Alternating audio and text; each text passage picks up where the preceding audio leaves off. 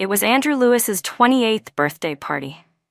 I wore the most exquisite and elegant gown, walking arm in arm with him as we made our appearance together.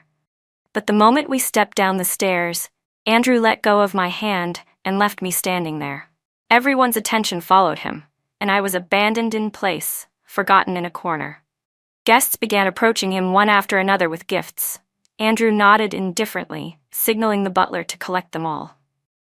It wasn't until someone presented him with a stunning woman that everyone's eyes turned toward me again. Some looked sympathetic, others amused, and many with ridicule. I had seen far too many of those malicious stares over the years. For a moment, Andrew's blank expression faltered. The woman looked strikingly like his deceased first love. Giving a woman to Mr. Lewis in front of Mrs. Lewis, how bold they were. Andrew smiled and said, "Thank you." The gift giver flattered him. "Mrs. Lewis is generous. I'm sure she won't mind." But it wasn't that I didn't mind. They simply knew I didn't dare to. A niece raised by the Lewis family? How could I possibly say no to the new head of the house? Andrew clenched our wedding ring between his fingers, and a faint trace of amusement flickered in his eyes. "Since Mrs. Lewis agrees, take her with you," he said, not even finishing his sentence before I had already taken several steps forward, standing beside him and looking straight at the woman's face. The gift giver had really put effort into this. He knew Andrew's preferences. Suddenly, I felt exhausted. I didn't think I could keep obeying Grandma's wishes to maintain the dignity of being Mrs. Lewis any longer. I gently pushed the champagne tower behind me. The delicately stacked crystal glasses toppled instantly with a loud crash. Shattered glass and spilled champagne scattered everywhere, and the entire banquet hall descended into chaos. Someone gasped, "Mrs. Lewis has lost her mind." I had ruined Andrew Lewis's birthday party. But he didn't seem to care. The butler was already guiding the guests out, and the mess on the floor would be cleaned by the maids. The beautiful woman remained, quietly standing beside Andrew. Even her demeanor resembled that of his first love. Standing next to her, I truly did look deranged. Andrew played with the woman's fingers, glancing at me carelessly. "Why are you so angry? If you don't want to see her, I'll have her stay elsewhere. Don't worry, I promised Grandma I would never take away your title as Mrs. Lewis." The woman next to him joined in, gently persuading, "Mrs. Lewis, why be upset? A man like Mr. Lewis is never going to have just one woman. I'm just someone he likes. I won't threaten your position." I took off the ring from my finger and placed it on the table in front of Andrew. He raised an eyebrow. "Here's your ring back." He picked it up and tossed it into the air. The diamond sparkled as it turned mid-air before falling back into his hand. Then he casually threw it behind him, straight to the woman. "It's yours now. A diamond ring worth millions. Mrs. Lewis doesn't want it anymore." He stood and let out a cold laugh. "Tell the butler to find a few etiquette teachers for Mrs. Lewis. I don't want to see such disgraceful behavior again." After taking a few steps, he turned back and threw his own ring onto the ground. It rolled across the floor and came to a stop by my feet. "If you're throwing away rings, then let's throw them all away." Andrew left with his people. The roar of the car engine as he drove off was especially loud in the night. The butler beside me sighed and said, "Ma'am, why did you have to make him angry? You know he holds resentment toward you." I picked up the ring by my feet and tossed it into the trash. "Uncle James, you should go back to work. Don't worry about me." The butler let out another sigh and left. I went upstairs alone, changed out of the elaborate and delicate gown and into a plain white t-shirt. I pulled out my suitcase and started taking every piece of clothing that clearly belonged to me from the wardrobe and packing it. Other couples might fight and still have to consider divorce agreements. But between me and Andrew Lewis, all we had left was a pair of matching rings. No one would have imagined that the grand, city-shaking wedding of the century hadn't even ended with a marriage certificate. I still remembered exactly what Andrew had said at the wedding that day. On my household registration, the only name that could appear was Willa's. "My name is Emily Hayes. You should never have married me," Andrew once told me. But what could I do? I still married him. I married the man I had loved for 7 years since I was a teenager, thinking that one day I could win him over. But in the end, I just became a Mrs. Lewis in name only, someone everyone saw, but no one respected. When I dragged my suitcase out the door, the entire villa was silent. It reminded me of that rainy night when Grandma had just brought me back home. 13-year-old Andrew had stood on the staircase, looking down at me with cold eyes. But he still turned and went into the kitchen to bring me a warm glass of milk. I booked a flight, 6 hours in the air, then 3 hours by car, to return to a remote town in the south. They say people want to return to their roots as they grow older. But in truth, even those without a home long for some place to return to, even if that hometown no longer held a single family member. I rented a small courtyard house in town. The local dialect sounded both familiar and foreign. I'd left when I was young and had lived in North City ever since. I'd already forgotten how to speak properly. The people in the neighboring courtyard were also outsiders, just ones who'd come a little earlier than I had. One day while shopping for groceries, I couldn't understand the old lady's dialect at the stall, and a man stepped in to help me out. The next day, I made sweet corn cakes to thank him for his help. That was when I learned he was a painter, here on a creative retreat. He looked like he just graduated college, full of energy and youth. Away from the people and stories of North City, in this simple and genuine environment, I was suddenly reminded I was only 25. And yet, living in the Lewis household as Mrs. Lewis had made me carry myself like someone far older. I bought flowers from the street and filled my courtyard with roses. Next to the flower bed, I placed a small rocking chair. Though modest, everything was exactly what I liked. The Lewis family garden had always been filled with yellow roses, Willa's favorite. Inside the glass conservatory sat an expensive piano, one Andrew had custom-made for her. No one else was allowed to touch it. Years ago, Grandma had wanted someone to remove those roses, and Andrew had erupted in anger. The roses were gone now, and I no longer had a reason to return to that house. No one ever brought it up again. Willa and those roses became a forbidden topic in the Lewis family. That afternoon, there was a knock at the courtyard gate. It was Simon Blake. He wore a hoodie and carried a backpack. When he saw me open the door, his smile lit up his whole face. "Hey, I'm heading up the mountain to sketch the sunrise tomorrow. Want to come out and get some fresh air?" As he spoke, he pointed to the mountain just behind us. I'd heard it was quite famous. Most people who came to this town for vacation came because of that mountain. I felt tempted. "Don't worry," he said reassuringly. "I camp all the time. I've got plenty of experience. It's totally safe." Moved by his enthusiasm, I nodded. Simon really was as experienced as he claimed. He quickly ran back to his place and came out with another pack. He carried both sets of camping gear on his back and even had his painting supplies in hand. I offered to help, but he firmly refused. "I'm strong. Carrying this stuff is no big deal at all." As we hiked up the mountain, we talked about our pasts, our futures. My past felt dull and empty. Everything revolved around the Lewis family, around Andrew. In the end, I had become nothing more than a Mrs. Lewis with no real place in that home. But Simon was different. He always had something new to share, always dreaming of the future. "Life is all about experiences," he said. "My dream now is to become a well-known artist, so I have to give it my all at least once, right?"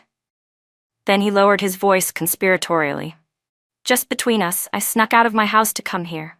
If one day you see my place next door all empty, maybe it means my family caught me and dragged me back." I smiled at him. I hadn't expected that we were both runaways in our own ways, only he had a family that might come looking for him. And my disappearance, Andrew might actually celebrate it. When we reached the mountaintop, we arrived just in time for the sunset. Warm, golden light spilled over our bodies. There was an almost surreal beauty to the moment.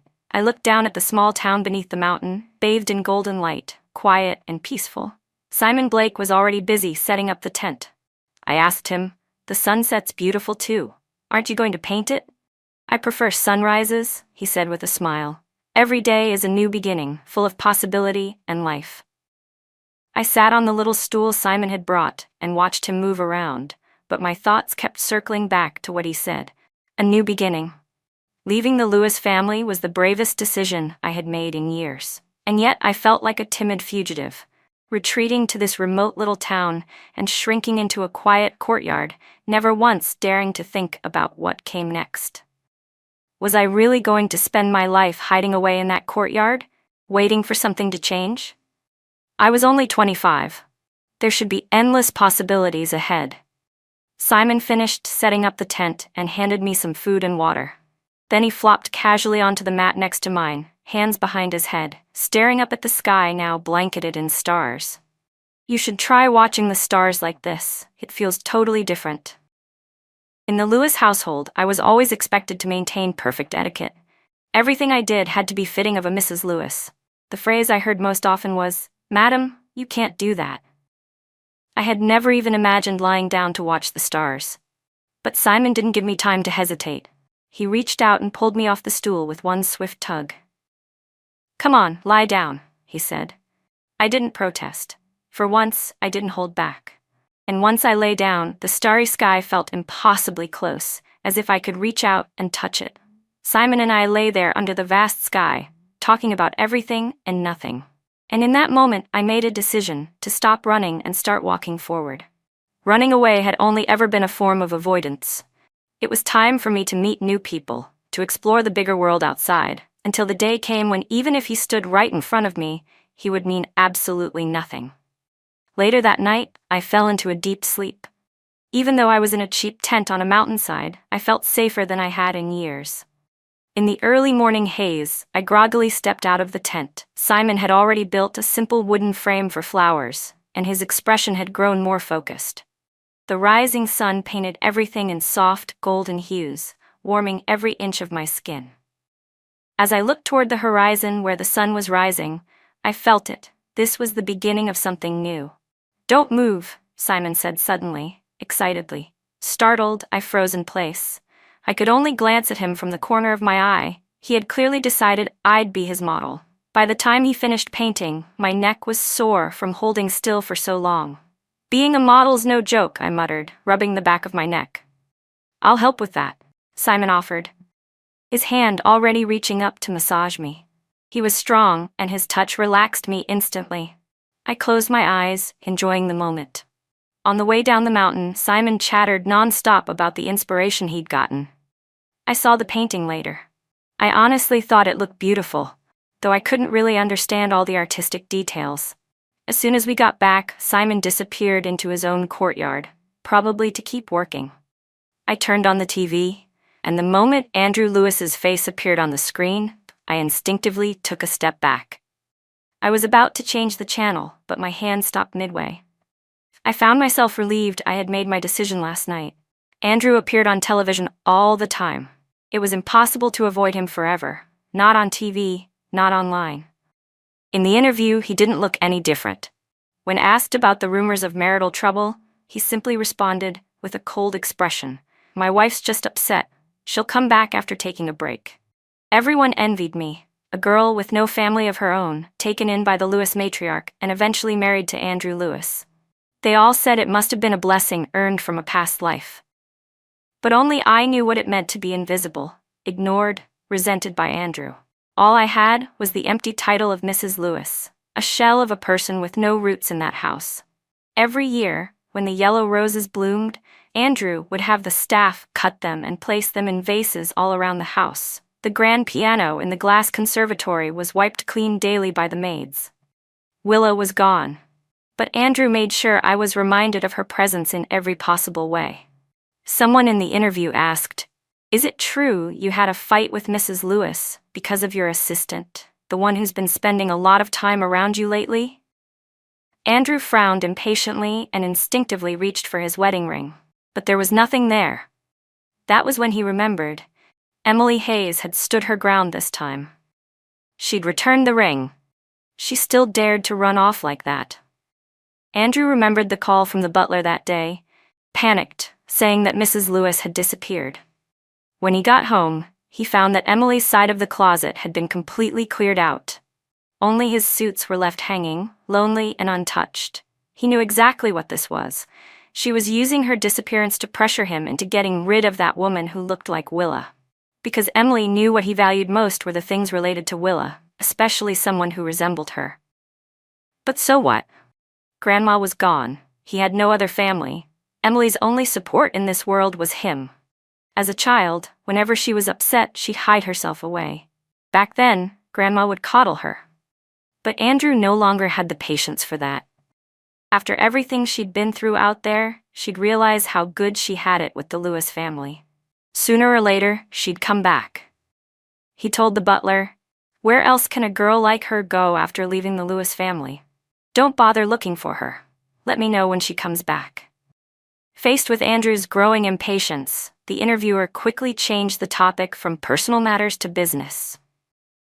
The moment they started talking about work, Andrew looked visibly more relaxed, as if just mentioning Mrs. Lewis could drain the life from him. I poured myself a glass of ice water and opened my laptop to start working on my resume. This small town was mostly home to elderly folks now. It was peaceful, ideal for retirement, but had very few job opportunities. If I wanted to work, I knew I'd have to leave eventually. I wrote until sunset, then stretched and got up to make dinner. A simple meal, 3 dishes and a soup. As I sat at the table, I suddenly wondered if Simon Blake next door had finished working. Did he, like Andrew, get so absorbed in his work that he forgot to eat? Back when Grandma was still around, Andrew had suffered from stomach pain more than once because he skipped meals. So whenever I had time, I'd bring food to his office. At first, his secretary wouldn't let me in. I'd end up waiting outside for hours. Eventually, he got used to it and allowed me in, letting me interrupt his work just long enough for him to eat. I sighed, threw on a jacket, and went to knock on Simon's gate. There was no sound inside. I was just about to turn and leave when the gate suddenly opened. Seeing me standing there, Simon's face lit up with a smile that wiped away the irritation he must have had moments before. "I was just painting you," he said with a laugh. "Didn't expect you to show up at the exact moment I opened the door." He was still holding a paintbrush. There were smudges of paint all over his clothes, and even on his face. He looked a little messy, but his smile was so bright that the paint only added to his charm, like highlights on a canvas. "You haven't eaten yet, have you? Want to come over to my place for dinner?" At my invitation, Simon clutched his stomach and said dramatically, "I'm starving. You really do take care of me, huh? I'll go put this brush down first." Over the next few days, Simon and I seemed to develop an unspoken rhythm. He'd come over every day for a meal and help clean up afterward. He even took over gardening, planting flowers and vegetables in the courtyard. It was a shame I didn't have a younger brother. If I did, I'd want one like Simon. I sent out my resume to several companies and eventually received a few interview invitations. I decided it was time to leave. That morning, I got up early, ready to say goodbye to Simon. But when I opened the door, I saw several black sedans parked in front of his courtyard. A few men in suits, clearly bodyguards, stood beside the cars. I hesitated for a moment before walking over. As I approached, one of the bodyguards stepped forward and tried to block me. "Don't touch her," Simon called out, stepping out from inside the gate. The sunny, carefree look he usually wore was gone. His face was serious, even a little cold. He grabbed my hand and pulled me into his courtyard, slamming the gate shut behind us. "Don't follow us in," he said firmly. The bodyguards exchanged glances, then reluctantly stepped back. "Did you come to call me for dinner?" he asked with a smile, the cheerfulness returning now that we were alone. "No," I said. "I came to say goodbye." Simon's voice immediately jumped in volume. "Where are you going?" I told him about the resumes I'd submitted, and that I'd been invited to a few interviews. "Even though this place was wonderful, that day on the mountain you said, every day is a new beginning, full of possibilities and life. I want to give myself a new beginning too, one without regrets." "So," Simon asked, "have you let go of that person in your heart?" I looked at him, a little surprised. He blinked and said, "Don't treat me like a kid. A painter's eyes are sharp." Hearing him say that, I couldn't help but feel a little awkward. "I guess I have let go," I said.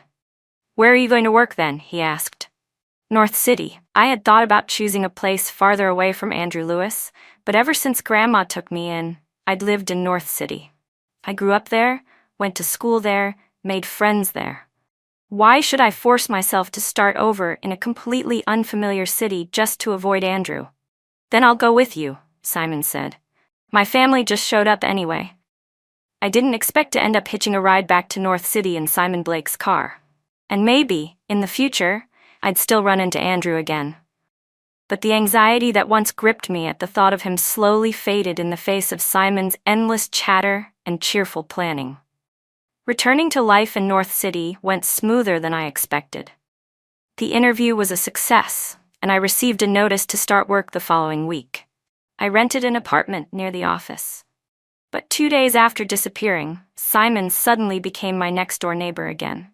I stepped outside to take out the trash and saw several workers moving furniture into the apartment next door. A quick glance, and I spotted Simon inside, tall and lanky, directing them on where to place everything. "What are you doing here?" I asked. "I was planning to surprise you," he grinned, "but I guess you found out." Simon casually bent down and took the trash bag from my hands. "I missed your cooking, so I came back to be your neighbor and mooch meals again." His sudden reappearance did feel like a pleasant surprise.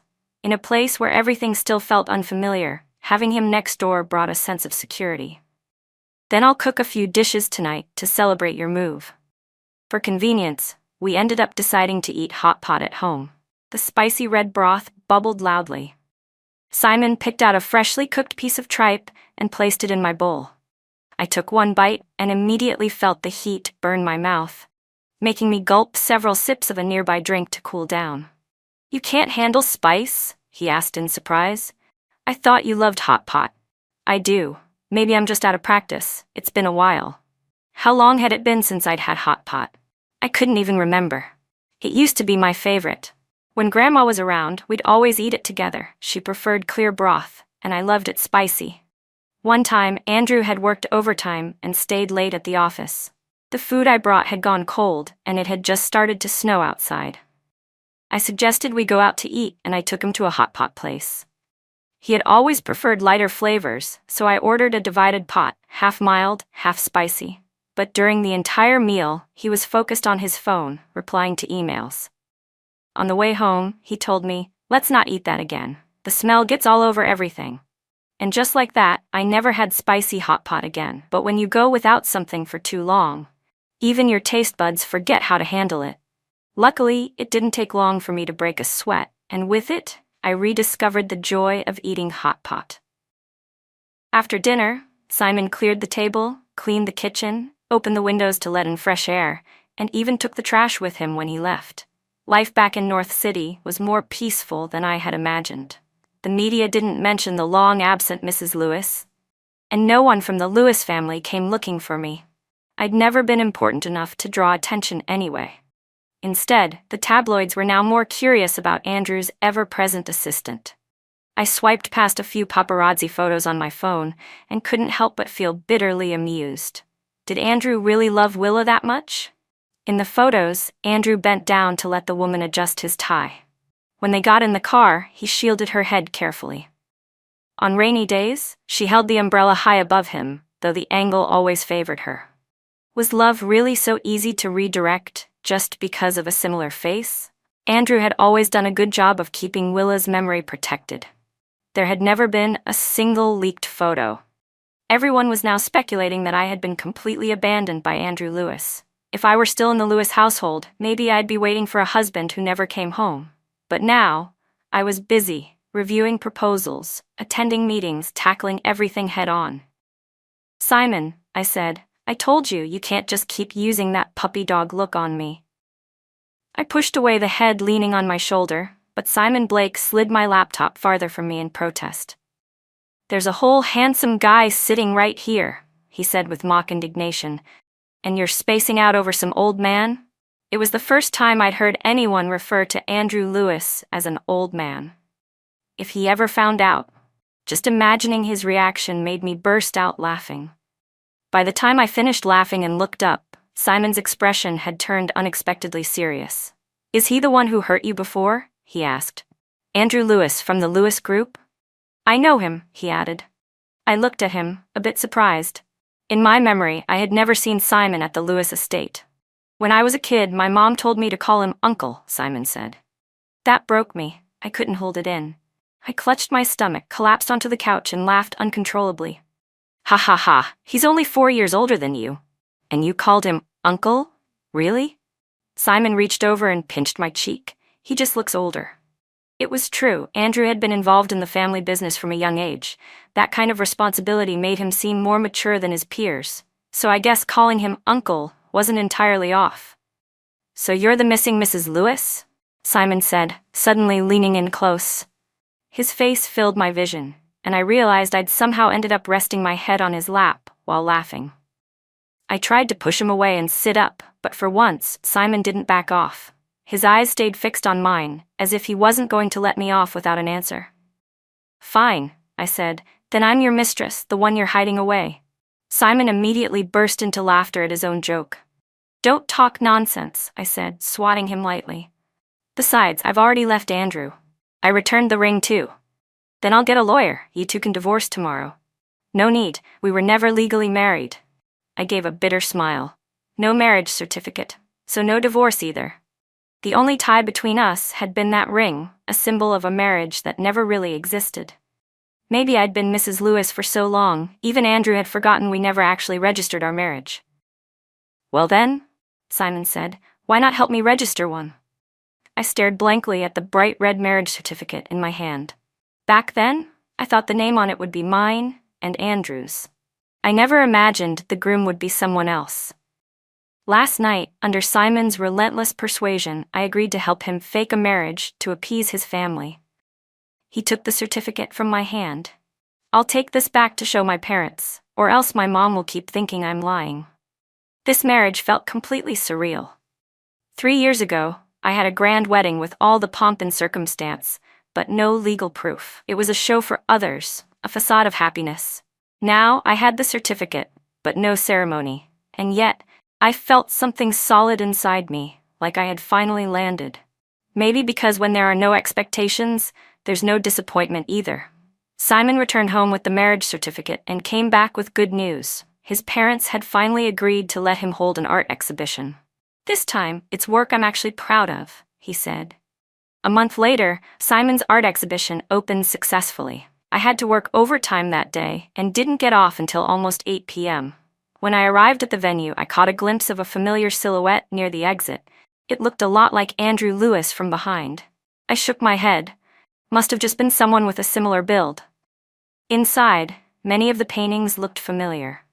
A few excited girls rushed past me, holding art books. "Quick, Simon Blake is just up ahead. We have to get his autograph this time. I heard this is his last exhibition. If we miss it now, we'll never get another chance." Their chatter made me look up. Sure enough, there was Simon, tall and unmistakable, his head slightly bowed as he patiently signed autographs for the people in front of him. I had thought this was his first exhibition. Why would it be his last? I glanced around and noticed a display near the entrance describing Simon's career. Turned out he was already a well-known artist, with national tours and many of his works auctioned for incredible sums. I stood frozen, suddenly unsure whether I should walk over. The Simon in that biography didn't seem like the same one who pouted for my cooking and teased me over dinner. I quietly slipped out, and as I stepped outside, I saw Andrew Lewis on the roadside, frowning as he spoke into his phone. So I hadn't been mistaken. Andrew was calling the same number he had never once dialed in the past.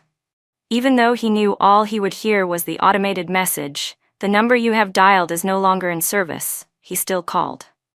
Because beyond that one number, he didn't know who else to reach out to. He thought of the side profile he saw earlier at the gallery, and an inexplicable anxiety gripped him. What he'd once considered a blessing, Emily Hayes's background, was now his deepest regret. She had no family, and painfully few friends. In this world, Emily had no one to rely on. Only Andrew and the Lewis family could be considered her foundation. That's why he always believed that no matter what, even if she wanted to leave, she'd never truly walk away. When the butler called to tell him that her number had been disconnected, Andrew hadn't taken it seriously. She wouldn't vanish unless she died somewhere out there, he thought. Otherwise, she'll come back sooner or later. The butler had been startled. "Sir, what if something really happened to her?" Andrew had replied coldly. If something did, the police would have contacted her husband by now. But over half a year had passed. Emily never reappeared. And today, when he saw that painting, his heart skipped hard in his chest. The woman in the painting looked so much like Emily, yet also, somehow, different. Her eyes had more life than the rising sun behind her. Bright and dazzling, so much so that one couldn't look straight at her. That wasn't the Emily he remembered. The Emily he knew was like a pool of still, lifeless water. Even a clay doll had more temper than she did. Emily was made of water. Squeeze her lightly, and not only would she not fight back, she wouldn't even say a single angry word. When bullied to the extreme, she'd just go hide. He had once seen her crying alone by the glass conservatory. When she heard his footsteps, she darted away like a frightened kitten, disappearing into her room. That kind of timid, invisible presence, he had hated it the most. She was supposed to be Mrs. Lewis, yet she only knew how to put on a front in public. Back home, she reverted to her powerless self. Now he wanted to buy that painting, to hang it in her room, make her look at it every day. Maybe some of that vitality would eventually rub off on her. But Simon Blake had told him, "That's the portrait I'm proudest of, it's of my wife. I'm sorry, but I can't part with it." Hearing that, Andrew felt an unexpected wave of relief. So the woman in the painting wasn't Emily. But the moment he left the exhibition, he felt an overwhelming need to find her. He had been angry for too long. Wasn't it time for her to come home? After yet another round of robotic error messages, he lost patience. He turned to the bodyguard beside him. "Go find out where my wife is. And once you do, bring her back, immediately." The Lewis bodyguards knocked on the door just as Simon was setting the table in the dining room. The moment the door opened, the men stormed in, only to be blocked by Simon. "Who are you looking for?" he asked. Their eyes fell on me, still holding a spatula. "Ma'am," one of them said, "Mr. Lewis has instructed us to bring you home."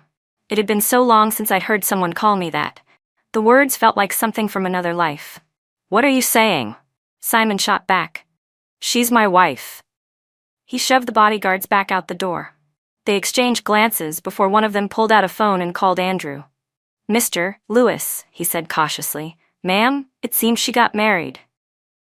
Andrew arrived even faster than I had expected. In just minutes he was standing at the doorway, his expression thunderous. The bodyguards stepped aside. Andrew tried to shove Simon out of the way, but Simon didn't budge. "Move him," Andrew barked. "You're barging into my house trying to take my wife," Simon said, his voice sharp. "Don't you think that's crossing a line?" Andrew finally took a real look at the man blocking him. "So the woman in that painting, that's my wife?" "Shouldn't I be the one asking you for an explanation?" Simon replied. "Explanation for what?" Andrew scoffed. "We're legally married. She's my wife." Simon didn't flinch. "We've already registered. She's my legal wife now." Andrew let out a cold, bitter laugh and turned his gaze toward me. Our eyes locked. "Emily Hayes, so you've grown bold now?" he sneered. "You ran off and married someone else behind my back? You really thought you could come back like nothing ever happened?" He reached out a hand toward me. Every time he did this before, I would take his hand without a second thought. But this time, I didn't move. "I already gave you back the ring, Andrew. From now on, we're even." "Even?" he repeated, his voice rising. "The Lewis family raised you, gave you everything, and you think you can just walk away with one sentence? Emily, are you even hearing yourself?" His eyes were bloodshot with rage. Simon had let his guard down for a second. That was all it took for Andrew to charge in and grab my arm. His grip was so tight, I felt like he might break my wrist. "You're gonna divorce him right now," Andrew said. "Isn't this what you wanted? You want to marry me, don't you? Fine, once the divorce is done, we'll go get our marriage license." I slapped Andrew across the face with my free hand. The entire room went still. For a long moment, Andrew looked like he couldn't even process what had just happened. "What the hell is wrong with you, Andrew?" I snapped. "I've already left the Lewis family. I don't want that marriage certificate anymore. I'm gone. You can take whoever you want back with you. Why can't we just let each other go?" "And why should I let you go?" he barked back. "The Lewis family raised you. If you die, you'll die in our house." Suddenly, Andrew grabbed me and lifted me off the floor. He started toward the door. But before he could make it out, Simon's family's bodyguards stepped out of the elevator and blocked his way. "If you take her today, Mr. Lewis," one of them said, "I'll file charges for kidnapping. Or do you really think I can't even protect my own wife?" I was still reeling. This wasn't a scene I'd ever imagined. I thought leaving Andrew would bring me peace, maybe even a bit of relief. I'd expected him to be glad when I said we were even. But this mess? Who was he putting on this show for? I didn't know who threw the first punch, but chaos broke out quickly. In the end, Simon and Andrew were actually fighting. Thankfully, Simon won, but Andrew managed to land a punch square on Simon's left cheek. The bruise looked serious. "You're too old for this, Mr. Lewis," Simon said, wincing. "You should probably stop trying to act tough." I tugged on Simon's sleeve, worried Andrew might retaliate later. He'd never been in a fight before, not since we were kids, and now he looked completely disheveled. His bodyguards had bruises too.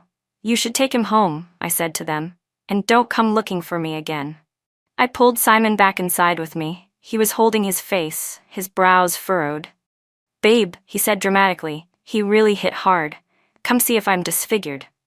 I opened the medicine box. "Stop calling me that. Let me get this treated first." Just as I leaned in, he suddenly turned and kissed me on the lips. "This works better than any medicine," he grinned. "Funny how you didn't object to me calling you wife when Andrew was here," he teased. I shoved a bottle of iodine into his hand. "You said this was just a legal arrangement, not a real marriage." Simon beamed with smug satisfaction. "I just wanted to claim a legal title, so no one could take you from me." "So you tricked me into marriage?" I traded going back to work for my freedom to marry," he said playfully. "If that's tricking someone, I gave up my whole life for it.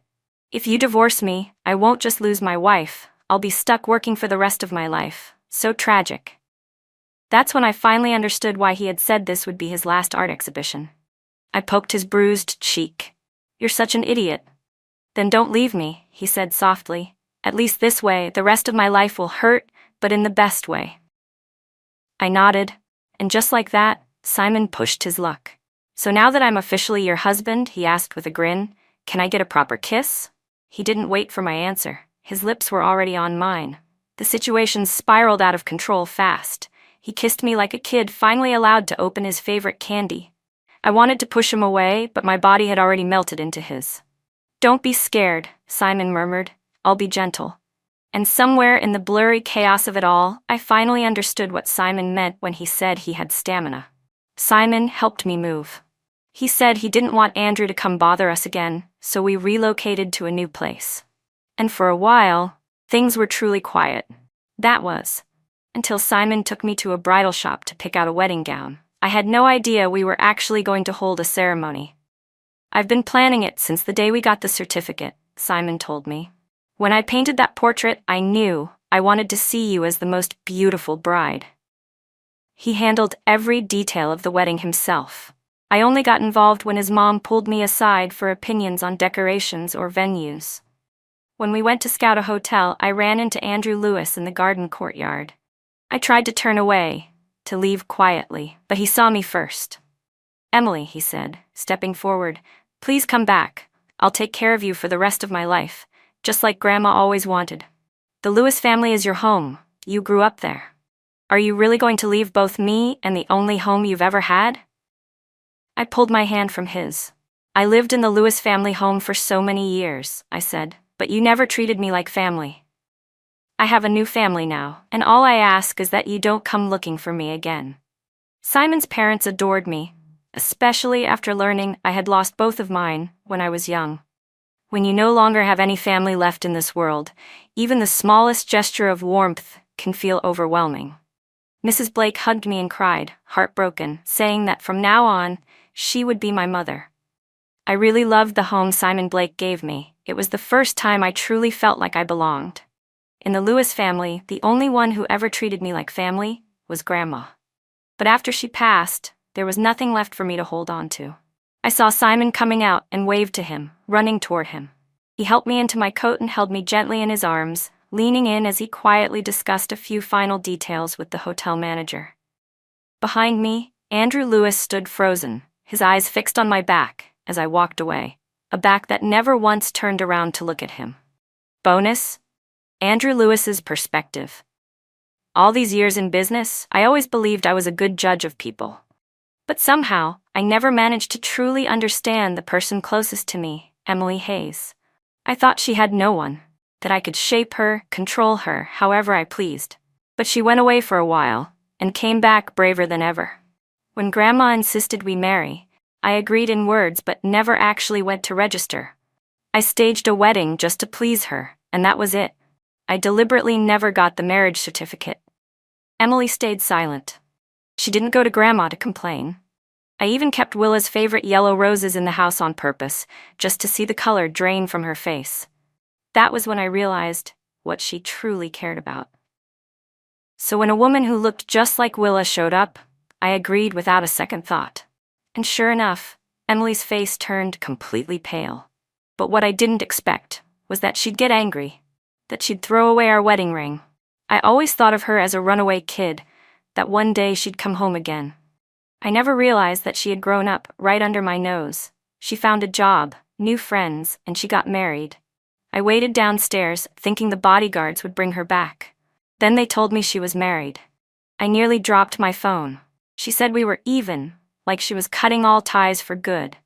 Like we were strangers now. In a moment of panic, I lashed out, and still couldn't beat that damn kid. I remember when he was little, he hated that I was only a few years older than him, and still made him call me uncle. Now he's grown, and somehow even more annoying. But when Emily saw he was hurt, her eyes were full of worry. I don't think she even realized it. Her gaze was fixed entirely on him, and when she turned to face me, her eyes were full of caution and distance. That's when I suddenly felt it, like I'd lost something I could never get back. Their wedding invitation ended up in my hands. The photo on the front, those two smiling so brightly, was blinding. Once upon a time we had a grand wedding too, but I couldn't even be bothered to take a proper photo with her. I handed everything off to the butler, kept myself detached from the entire event. I was more like a guest than the groom. She must have been disappointed. Deeply. All these years, I got used to her always being there. I took her care, her silence, her patience for granted. I thought she'd always stay. Only now do I understand, some people once lost are gone forever. She gave up on the Lewis family and I was left behind, trapped in it forever.